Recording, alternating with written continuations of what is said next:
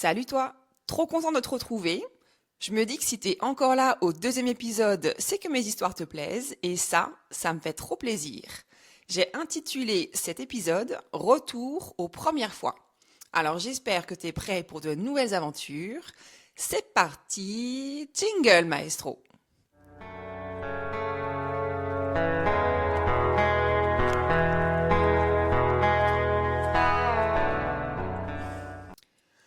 Entre toi et moi, j'ai toujours rêvé de lancer un jingle. Bon bah là, j'ai fait au mieux. Et comme c'est mon podcast, bah je fais un peu ce que je veux. Et d'ailleurs, c'est ça qui est canon.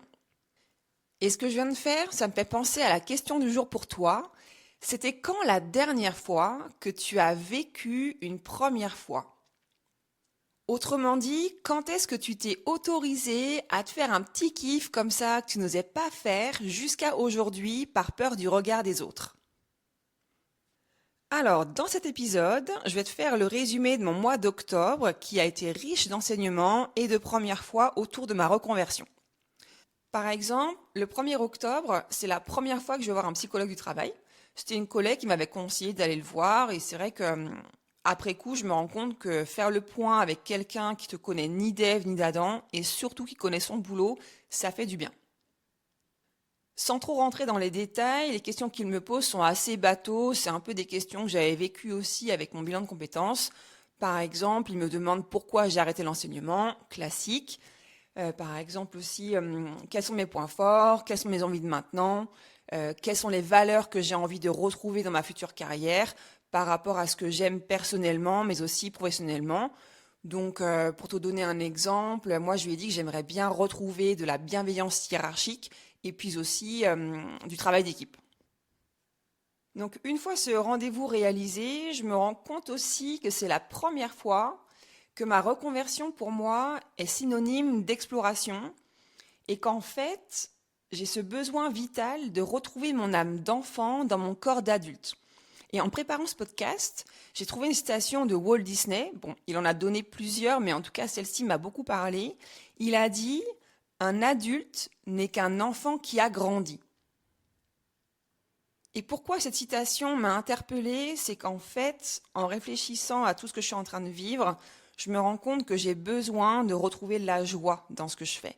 J'ai envie d'arrêter de penser, de tout intellectualiser. J'ai tellement fait ça dans mon travail d'enseignante. J'ai eu beaucoup de charge mentale. Et maintenant que j'ai arrêté, je me rends compte, puisque j'ai le ressenti d'avoir une légèreté cérébrale, si on peut dire ça comme ça, où mon côté créatif est beaucoup plus multiplié que lorsque j'étais professeur, par exemple. Et donc, en fait, en recherchant du travail, je me dis, ok Agnès, qu'est-ce que t'aimais quand tu étais enfant? Qu'est-ce qui te ferait vibrer? Qu'est-ce qui te ferait plaisir à découvrir comme milieu professionnel? Et en fait, je décide de revenir à mes premières amours d'enfance, à savoir la lecture. Donc, quand je vois qu'il y a une annonce à Cultura pour être conseillère en livres, forcément, je postule. Parce que je me dis que si j'ai l'opportunité de devoir lire des livres pour après les conseiller aux clients, et puis même aussi mettre en valeur des livres sur un étal, ça me conviendrait tout à fait dans la mesure où je sais que moi les livres, ça m'apaise énormément. Par exemple, quand je pars en voyage, bon, ça va te paraître peut-être un peu bizarre, mais moi j'adore aller visiter les librairies. Enfin, les bibliothèques municipales, j'en ai vu des très belles déjà. Dernièrement, j'avais vu la BNF, par exemple, à Paris, que je n'avais jamais encore visité. Et je sais pas, pour moi, c'est un environnement qui m'apaise énormément. Je trouve qu'il y a beaucoup de choses à découvrir dans ces environnements-là. En plus, c'est très silencieux. Je sais pas, il y a un côté mystérieux qui fait que les bibliothèques, j'adore ça. Et dans la même semaine où je postule à Cultura, je trouve aussi une annonce pour être hôtesse d'accueil à Airbus. Et en plus, si possible, ils recherchent quelqu'un de bilingue. Donc là, je me sens tout à fait légitime pour postuler à cette annonce-là. Donc c'est parti, j'envoie mon CV puis ma lettre de motivation.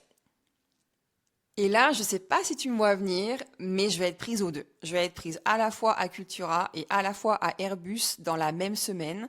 Et je vais devoir faire un choix entre les deux. Et tu vois, je me demandais, toi, comment tu fais en fait quand tu as un choix assez important à faire dans un timing qui est quand même assez serré. Moi, j'avais très peu de temps pour me décider entre les deux, à savoir 24 heures. Donc, Moi, je me rappelle, je disais souvent aux élèves, choisir, c'est renoncer. Eh bien, là, clairement, j'y suis en fait, dans cette situation-là. Et comment j'arrive à dire non à Cultura et oui à Airbus? Eh bien, d'une part, je laisse parler mon intuition, et de deux, le bilan que j'ai fait avec le psy n'a pas été inutile, puisque j'ai repensé à mes réponses que j'avais écrites dans mon carnet quand j'étais en rendez-vous avec lui. Et c'est vrai qu'en y réfléchissant, mon intuition me conduisait davantage sur Airbus que sur Cultura. Et pour tout te dire, en fait, ce qui m'a fait aller à Airbus, c'est que j'avais mes week-ends de disponibles. Alors, non pas que je veux garder ce confort d'avoir mes week-ends quand j'étais prof, c'est réellement pas un caprice. Mais en fait, cette année, je suis coach d'une équipe de handball féminine et c'est un réel avantage pour moi d'avoir mes week-ends parce que je peux être là pour elles. Et pour te raconter un peu les coulisses de cette candidature à Airbus et la façon dont ça s'est passé, en fait, je savais que j'allais recevoir un coup de fil le lundi matin à 10 heures, donc je gardais bien mon téléphone près de moi.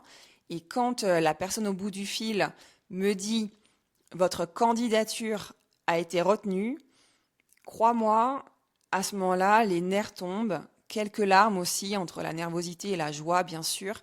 Et c'est vrai que la personne que j'ai au bout du fil, elle est assez étonnée de ma réaction, mais en même temps, ce que je lui explique et aussi ce que je t'explique maintenant, c'est que pour moi, cette phrase, aussi courte soit-elle, elle est vraiment lourde de sens, dans le sens bien sûr positif, parce que au-delà d'avoir trouvé du travail, ça signifie également que mon projet de quitter mon métier de professeur n'était pas qu'un simple rêve, un simple caprice, voire même quelque chose d'impossible que l'on peut s'imaginer quand on est enseignante et qu'on se dit mais qu'est-ce que je peux faire à la place de ce métier-là? Et là, ça me confirme que je peux exercer un autre métier que celui que j'ai fait pendant 12 ans. Donc un tout nouveau monde s'ouvre à moi, puisque j'obtiens un CDD de 17 jours, donc ça commence mi-octobre. En fait, ce qu'il faut savoir, c'est entre le moment où j'ai postulé et le moment où j'ai commencé à travailler, il s'est quand même passé 10 jours entre toutes ces démarches. Et donc mon contrat commence mi-octobre. Et quand j'avais passé l'entretien, je savais que ce contrat pouvait être prolongé novembre, voire décembre si ça se passait bien et puis si eux aussi étaient contents de mon travail. Le truc, c'est qu'au bout de 17 jours, donc le vendredi 31 octobre, pour être exact, je décide de partir. Et là, si tu es du genre un peu comme mon entourage, ils n'ont pas compris pourquoi, écoute, laisse-moi t'expliquer et ensuite on en reparle. En fait, je me rends compte que travailler assise toute la journée, c'est difficile pour moi, parce que pour te rappeler un peu mon poste, donc quand on est hôtesse d'accueil sur Airbus, il y a 3 sites sur mon territoire de Bretagne. Il y a le site où la direction travaille, il y a aussi un site où les Airbusiens, qu'on appelle Airbusiens là-bas, et où les intérimaires aussi se rendent. Et moi, je travaillais sur un site où les livreurs qui viennent livrer les pièces d'avion passent. Donc, en fait, le but de mon travail, c'est de filtrer les entrées des livreurs et que tout soit en ordre en termes de sécurité et surtout en termes de papier administratif. Donc, ça me demande de rester assise toute la journée parce qu'en fait, les livreurs arrivent à l'heure à laquelle ils veulent. Et ce qui est difficile aussi pour moi, c'est de travailler devant un grand écran, mais alors encore plus grand que l'écran qu'on peut avoir généralement face à soi avec nos ordinateurs. Parce que là, c'est vraiment un grand écran d'entreprise. Et je me rends compte que ces deux critères-là, à savoir être assise et travailler devant un ordinateur, c'est rédhibitoire finalement pour moi. Parce que quand je rentre de mes journées de travail, je sens que nerveusement, j'ai pas dépensé l'énergie comme je la dépensais quand j'étais enseignante. Et c'est vrai qu'avec cette expérience-là, je me rends compte que dans mes futures activités professionnelles, j'ai un réel besoin que mon énergie physique soit au même niveau que mon énergie cérébrale en termes de dépenses journalières et qu'à la fin de ma journée, je me dise OK, là c'est bon, tu t'es assez dépensé et tu vas clairement bien dormir. Après, j'ai quand même beaucoup aimé cette expérience. Elle a eu des bons côtés et je vais te raconter, si tu veux, quelques anecdotes. Et la première des choses que j'ai beaucoup aimé, c'est le lien que j'ai fini par créer avec des livreurs. Parce qu'en fait, il faut savoir que j'ai une mémoire visuelle, par exemple, et dans mon métier, ça m'était très utile en termes de mémoire des prénoms et des visages. Et au fur et à mesure qu'ils venaient, forcément, je retenais leur nom et leur prénom, parce qu'en fait, ce qu'il faut savoir, c'est que quand ils arrivent, ils me donnaient leur pièce d'identité et moi, je leur donnais un badge pour qu'ils puissent rentrer sur site. Et donc, au fur et à mesure qu'ils venaient, forcément, j'enregistrais leur prénom et même ça les a étonnés. Donc, j'ai fini par leur dire que j'avais été enseignante avant et que j'avais cette capacité de mémorisation. Et ça créait du lien, ça créait aussi des conversations courtes, mais moi qui me mettais en joie. Et c'est vrai que ce rapport à l'être humain, c'est ce qui m'a toujours motivée, même quand j'étais enseignante. Clairement, comme j'ai toujours dit, je me levais pour les élèves. Et d'ailleurs, quand j'étais plus jeune et que je voulais être prof dès l'âge de 13-14 ans, ma mère, elle me disait, mais comment tu vas faire, Agnès, pour te lever quand tu seras prof? Parce qu'il faut savoir que j'aime beaucoup dormir, j'ai beaucoup dormi quand j'étais adolescente et que ça inquiétait relativement ma mère de se dire bah, est-ce que ma fille va réussir à se lever pour aller au travail et surtout être en pleine possession de ses moyens devant la classe. Et là, par exemple, à Airbus, je faisais les 2-8, donc il y a des matins où je me levais à 5 heures, donc je t'avouerais que le réveil était relativement compliqué, mais une fois que tu es debout, en fait, ça va. Et ce qui me mettait en joie, c'est de me dire que j'allais retrouver des livreurs que je connaissais, parce que certains venaient quotidiennement sur le site, et d'ailleurs, certains d'entre eux, ils m'ont raconté, au fur et à mesure que je leur posais les questions, ils faisaient 26 000 bornes par mois pour venir livrer des pièces d'avion sur le site Airbus à Montoire de Bretagne. Après, je vais pas te raconter exactement ce que je faisais parce que j'ai aussi maîtrisé des logiciels complexes industriels qui doivent rester confidentiels. Parce que bon, clairement, tu l'as compris, hein, ce site, il est géopolitique. Donc, il y a des choses que je vais garder quand même confidentielles par rapport à ce que j'ai pu voir et entendre. Néanmoins, j'ai quand même une anecdote drôle à te raconter. Un jour, j'ai un chef d'entreprise qui vient à l'accueil et il arrivait de Saint-Herblain. Donc pour te resituer un peu géographiquement, Saint-Herblain, c'est à 3/4 d'heure du site de Montoire de Bretagne et il venait livrer des chaussettes. En général, quand les livreurs viennent, je sais à peu près ce qu'ils viennent déposer sur site, mais alors là, c'était la première fois que quelqu'un venait me dire « je viens pour livrer des chaussettes ». Donc quand il arrive, je le regarde un petit peu interloqué, j'ose pas rire, hein. Franchement, je ne ris pas du tout par peur de lui manquer de respect. Et là, quand il me dit ça, tout de suite, son visage se détend, donc le mien aussi par la même occasion. Et il me dit, mon employé doit conduire une grue et en fait ce matin, il a oublié les chaussettes qui vont lui permettre de gérer les manœuvres. Donc forcément, on part en fou rire tous les deux. Donc je lui fais son badge et puis il va sur site pour livrer les chaussettes et ensuite, c'est très rapide, hein. Il revient à l'accueil chercher sa carte d'identité et quand il revient, il me dit « Me revoilà, c'est Monsieur Chaussette ». Et rien que ça, eh ben, c'était mes petits bonheurs en fait à moi dans la journée où je me dis mais j'adore ce contact avec l'être humain, être à son service. Voilà, je me dis bah sans ça il aurait pas pu rentrer, son employé il aurait pas pu faire les manœuvres. Et c'est vrai que sur ce site-là, j'ai quand même rencontré tout type de personnes, beaucoup d'hommes, très peu de femmes. C'est vrai que c'était souvent des livreurs, donc c'est souvent des livreurs masculins on va dire. Et ce qui m'a plu aussi, c'est que j'ai parlé anglais tous les jours quasiment, puisque forcément, tu t'en doutes, Airbus travaille avec des entreprises étrangères. Donc j'ai rencontré des Ukrainiens, des Roumains, des Italiens, des Espagnols. J'ai parlé aussi anglais avec un Irlandais. Et ce que j'ai beaucoup aimé, c'est d'avoir leur passeport entre les mains. Moi, j'ai une relation très particulière avec l'étranger, tout ce qui est avec la distance, la géographie. Et c'est pas pour rien, je pense, que j'ai fini professeur d'anglais. Et ce qui m'a aussi ramené à la réalité, c'est les titres de séjour, les cartes de séjour que j'avais entre mes mains. Et là, tu te rends compte de la chance que tu as d'être français, d'avoir un passeport français, d'avoir une carte d'identité française et d'avoir cette liberté de circulation quand même dans le monde assez facilement.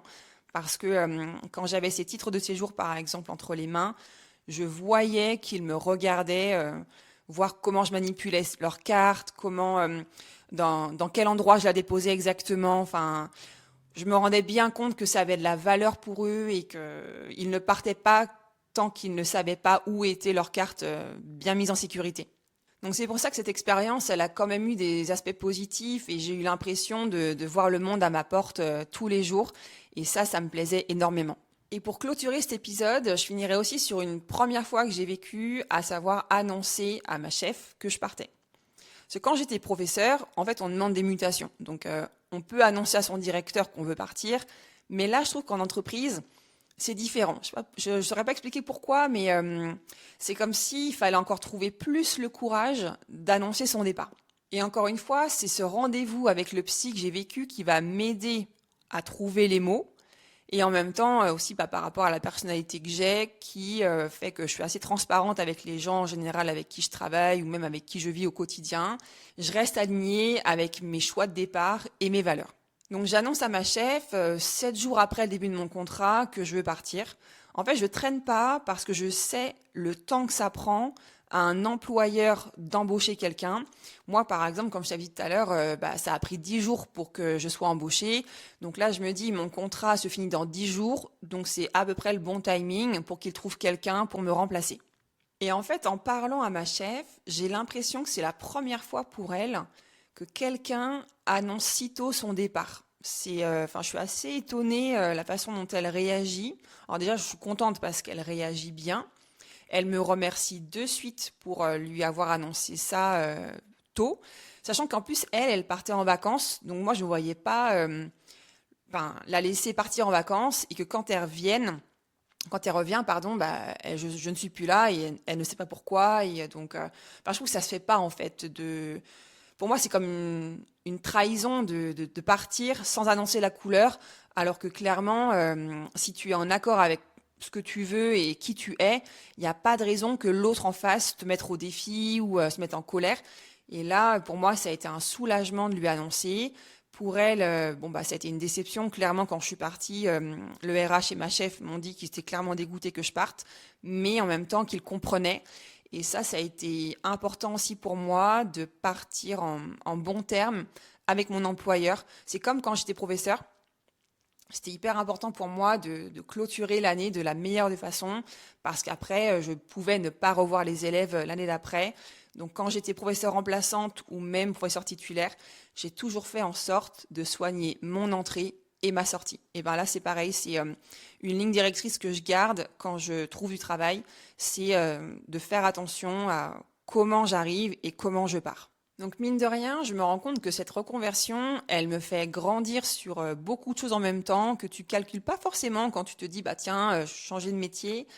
Et en fait, ça m'interroge par rapport à toi, tu vois, je sais pas, est-ce que toi, tu te rappelles quand tu as commencé ton activité professionnelle, est-ce que tu as vécu des premières fois que tu soupçonnais pas comment tu t'en es sorti? Est-ce que par exemple, tu t'es abstenu d'agir par peur de te montrer vulnérable aux yeux de tes collègues ou même aux yeux de ton employeur? Mais moi, je me dis que si tu es clair avec toi-même sur tes envies et tes besoins, les gens ils pourront pas te mettre au défi ou alors s'ils commencent à t'embêter un petit peu, alors là c'est vraiment mon opinion personnelle, je pense que quand on te cherche un petit peu des poux, comme on dirait, c'est que les gens, malheureusement, tu reflètes les peurs qu'ils n'ont pas encore réglées. Et ça, c'est pas ton problème. Donc toi, je dirais que, en tout cas, moi, c'est comme ça que je le vis. C'est assumer qui je suis sans me soucier du regard des autres. Et puis tant pis pour les peurs des autres que t'as pas demandé d'avoir et que là, cette année, je refuse de prendre avec moi.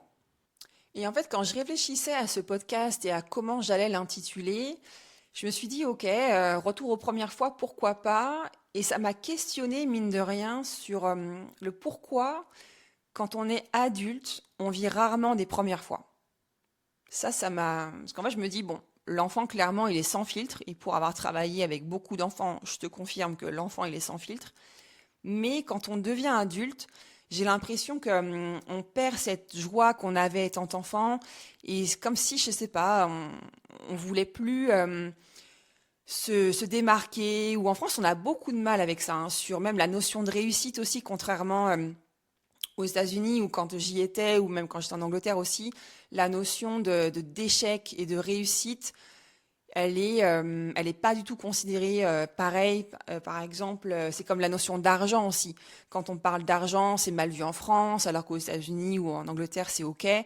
Donc, c'est vrai que je pense que toutes ces petites choses-là font que peut-être que dans ce système français dans lequel on vit, qui a quand même des bons côtés, hein, mais je sais que dans le système anglophone, on a moins ce regard de l'autre qui pèse sur nous.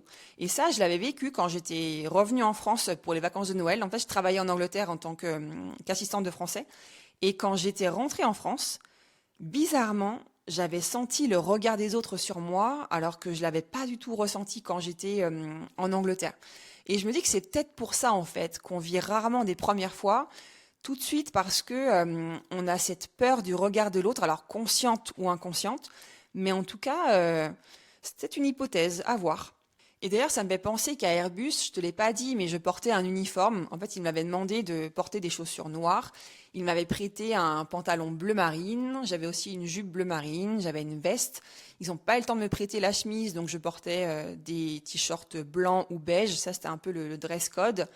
Et le dernier jour, quand j'ai rendu mon uniforme, je me suis rendu compte en fait que je préférais largement porter mes propres vêtements. Et ça, c'est pareil, ça rejoint aussi ce côté, ok, on est adulte, on travaille dans un environnement où bien sûr on doit être identifiable. En tout cas, après, ça fait partie aussi du site où c'est obligatoire, on devait porter un badge. Mais moi, ça m'avait prendre conscience pour la première fois que dans mon futur métier, il est hors de question que je porte un uniforme, à moins que ça soit pour ma sécurité, mais je préfère tellement porter mes propres vêtements.